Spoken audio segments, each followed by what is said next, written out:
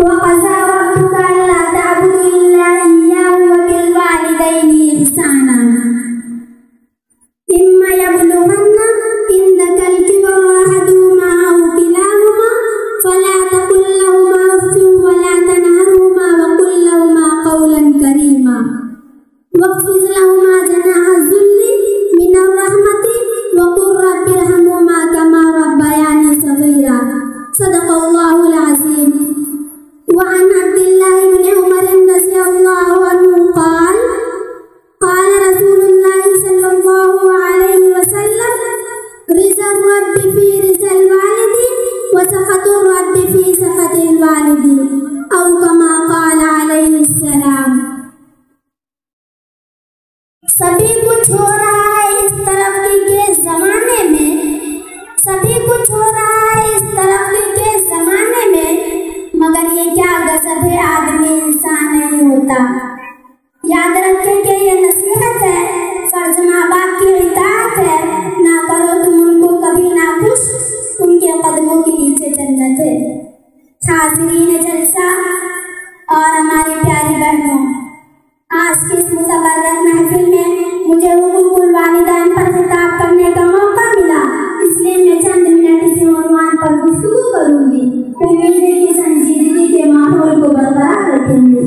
حضرات گرامی، اگر آج کے اس پرفتن دور میں دنیا پر قائلانہ نظر ڈالتے ہیں تو یوں محسوس ہوتا ہے کہ ہر سمت سے اپنے اپنے حقوق کے مطالبے کی صدائیں سنائی دیتی ہیں، ہر سمت سے ظلم و زیادتی کا دور دورہ نظر آتا ہے، ایک دوسرے کے حق کو مارتا ہوا نظر آتا ہے، ہر ایک کو دوسرے سے شکایت، رعایا کو بادشاہ و حاکم سے شکایت، آقا و مالک کو غلام سے شکایت، غلام و نوکر کو آقا سے شکایت، والدین کو اولاد سے شکایت. کوئی پڑوسی کسی پڑوسی کا حق ادا کرنے کے لیے تیار نہیں.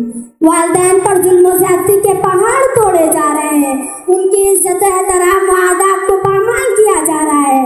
ہم اس ماں پر ظلم و زیادتی کی برسات کرتے ہیں جس ماں نے 9 ماہ اپنے پیٹ میں رکھا، جس ماں نے 2.5 سال تک اپنا دودھ پلایا، جس ماں نے بچے کی خاطر مصیبت برداشت کی، جس ماں نے بچے کی پریشانی کو اپنی پریشانی سمجھا.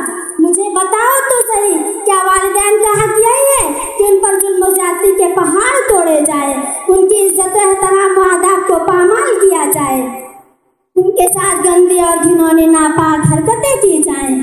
ہرگز نہیں، ہرگز نہیں، یہ والدین کا حق نہیں ہے. یاد رکھیں، اگر کوئی اولاد اپنے والدین پر ظلم و زیادتی کرتی ہے تو اپنا ٹھکانہ جہنم بنا لے. یہ میں اپنی طرف سے نہیں کہتی، بلکہ حدیث شریف میں موجود ہے کہ حضرت امامہ رضی اللہ عنہ سے مروی ہے، فرماتے ہیں کہ ایک شخص آپ صلی اللہ علیہ وسلم کے پاس آیا اور دریافت کیا، یا رسول اللہ، تم ان کو بھی نہ کہنا، نہ تم ان کو جھڑکو، بلکہ ان کے سامنے عزت و احترام اور نرمی سے گفتگو کرنا، ان کے آگے اپنے عاجزی کے بازو کو بچھا دینا، ان کے لیے دعائیں کرتے رہنا. رب ارحمہما کما ربیانی صغیرا. اے اللہ، والدین پر رحمت کی برسات فرما جیسے کہ ان دونوں نے مجھے چھوٹے پن میں پالا.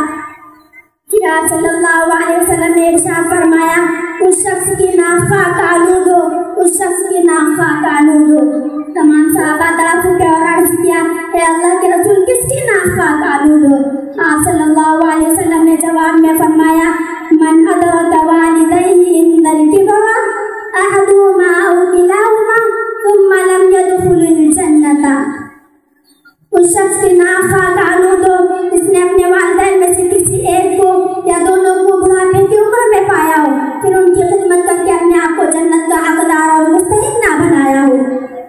والدین کی خدمت کرنا فرض ہے، رب کائنات کے کلام سے ثابت، محسن انسانیت کے کلام سے ثابت، ائمہ مجتہدین کے اقوال سے ثابت، صحابہ کرام کے اقوال سے ثابت. دین حنیف کے محافظوں، اگر کوئی اولاد والدین پر ظلم و زیادتی کرتی ہے تو اس کا نتیجہ اللہ رب العزت اسے دنیا ہی میں دکھا دیتے ہیں. میں آپ کو ایک واقعہ بتاتی ہوں کہ ایک شخص تھا جس کا نام علقمہ تھا. وہ بہت نیک صالح تھے، نوافل کو کثرت سے پڑھتے تھے اور نمازوں کے پابند تھے، لیکن انہوں نے اپنی بیوی کو اپنی ماں پر ترجیح دی تھی، جس کا نتیجہ یہ ہوا کہ انتقال کے وقت